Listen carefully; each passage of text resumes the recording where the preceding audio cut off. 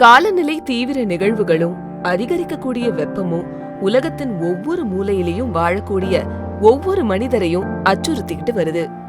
சூழல் நெருக்கடிகள் குறித்த விழிப்புணர்வு முன்னெப்போதும் இல்லாத அளவுக்கு வேகமா பரவிட்டு வருது. ஒவ்வொரு நபரும் புவியின் எதிர்காலம் பத்தி ஏதோ ஒரு வகையில தங்களுடைய கவலைய வெளிப்படுத்திட்டு வராங்க. இவங்கள பெரும்பாலானவங்க குறிப்பிட்ட நேரத்துல மட்டுமே தங்களுடைய கவலைகளை வெளிப்படுத்திட்டு அதுக்கப்புறமா வேற வேலைகள்ல மூழ்கி போயிடுறாங்க. ஆனா உலகின் எல்லா மனிதர்களாலையும் அப்படி இத எளிதா கடந்துட முடியறதில்ல. சில பேரு இந்த உலகத்தின் அனைத்து மனிதருக்குமான பிரச்சனைய தன்னுடைய சொந்த பிரச்சனையா நினைச்சுக்கிறாங்க. இதுல இருந்து வெளியே வர்றது எப்படின்னு இரவு பகலா சிந்திக்கிறாங்க. உறக்கத்தையும் ஓய்வையும் தவிர்த்து இந்த நெருக்கடிக்காக தங்களுடைய வாழ்க்கையே அர்ப்பணிச்சுக்கிறாங்க. அப்படியான ஒரு பயணத்துல பள்ளி படிப்பை விட்டுட்டு வெளியேறி வீதிக்கு வந்தா ஒரு சிறுமி. அவளோட பேரு கிரேட்டா. தன்னுடைய ஒரே வாழிடமான இந்த பூவுலகு வெந்து கொதிச்சிட்டு இருக்கிறத பார்த்து அவளால சகிச்சுக்க முடியல. அவளால உருகும் பனிமலைகளும் அழிஞ்சு போற காட்டுயிர்களின் வாழ்விடங்களும் அவளை தூங்க விடாம பண்ணுச்சு. தன்னுடைய எதிர்காலம் காலநிலை மாற்றத்தால எரியிற மெழுகுவர்த்தி மாதிரி உருகிட்டு இருக்கிறதையும் விரைவில் சூன்யமாகி போகக்கூடிய வாழ்க்கையும் நினைச்சு அவ நிம்மதியை இழந்தா, தூக்கத்தை இழந்தா.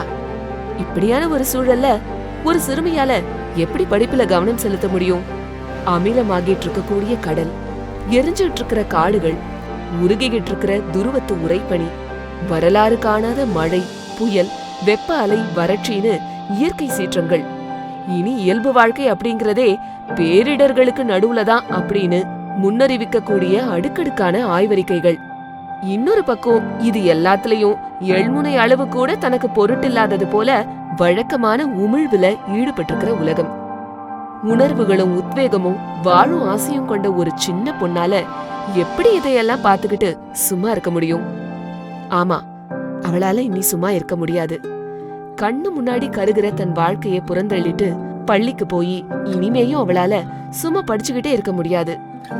தூக்கமில்லாத ஒரு இரவுக்கு பின்னான விடியல்ல ஸ்கூல் ஸ்ட்ரைக் ஃபார் கிளைமேட் அப்படின்னு எழுதப்பட்ட பதாகைய கையில தூக்கிக்கிட்டு இதோ அந்த 15 வயசு சிறுமி வீட்ல இருந்து வெளியேறா.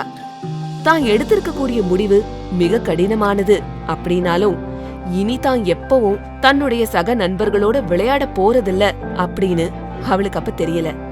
ஸ்வீடன் நாட்டு சின்னஞ்சிறுமியான கிரேட்டா தன்பர்க் பள்ளிக்கு செல்ல வேண்டிய பாதையை தவிர்த்துட்டு காலநிலை மாற்றத்திலிருந்து புவிய காக்க தன் நாட்டு பாராளுமன்றத்துக்கு போறா. அதனுடைய வாசல்ல நின்னு பதாகைகளை பிடித்தபடி உட்கார்ந்திருக்கா. அவளுடைய தோழர்கள் அவளோட வர மறுத்துறாங்க. இப்ப அவ தனியா உட்கார்ந்திருக்கா. பாரிஸ் ஒப்பந்தப்படி உமிழ்வு குறைக்க முயலாத தன்னுடைய அரச நோக்கி குரல் எழுப்புறா கிரேட்டா. இத்தனை வலுவான வல்லரசுகளால வழிநடத்தப்படுற பூ உலகின் அசுர சக்திகளை எதிர்த்து ஒரு சிறுமியால என்ன செஞ்சிட முடியும்னு பரிதாபமாகவும் பரிகாசமாகவும் கடந்து போறாங்க மக்கள். தனியொரு சிறுமியா போராட்டத்தை தொடர்ந்து நடத்துறா கிரேட்டா. நாட்கள் நகருது, வாரங்கள் கடந்து போகுது. அதே நேரத்துல பாராளுமன்றத்தின் முன்னாடி அமர்ந்திருக்கக்கூடிய இந்த சிறுமியின் படம் சமூக வலைத்தளங்கள்ல வைரல் ஆகுது. உலகம் முழுவதும் சூழலியலாளர்கள் உணர்ச்சி மேலிட பகிர்றாங்க. உள்ளூர் ஊடகங்கள் வீழ்ச்சிக்கிறாங்க. அவளுடைய பேட்டிக்காக காத்திருக்கிறாங்க. ஒளிப்பதிவு கருவிகள் 1-2 நாட்கள்ல 2 லட்சம் பேர் அவளை சமூக ஊடகங்கள்ல பின்தொடர்றாங்க. இன்னும் சில நாட்கள்ல லட்சோப லட்ச மக்களின் பேசு பொருளா மாறுறா கிரேட்டா. அவளுக்கு ஆதரவா அங்கங்க பள்ளிகளை புறக்கணிச்சுட்டு கரம் கோக்குறாங்க மற்ற மாணவர்கள். போராட்டம் நாடுகளின் எல்லைகளை கடந்து ஐரோப்பாவையும் கடந்து உலகமயமாகுது. எதிர்காலத்துக்கான வெள்ளி அப்படின்னு பொருள்படக்கூடிய ஃப்ரைடேஸ் ஃபார் ஃபியூச்சர் அப்படிங்கிற பெயர்ல கிரேட்டாவின் தலைமையில ஒன்றுபட்டது உலக மாணவர் சமூகம். ஒவ்வொரு வெள்ளிக்கிழமையும் வகுப்புகளை புறக்கணிச்சுட்டு காலநிலை மாற்றத்துக்காக குரல் கொடுத்தது உலக மாணவர் சமூகம்.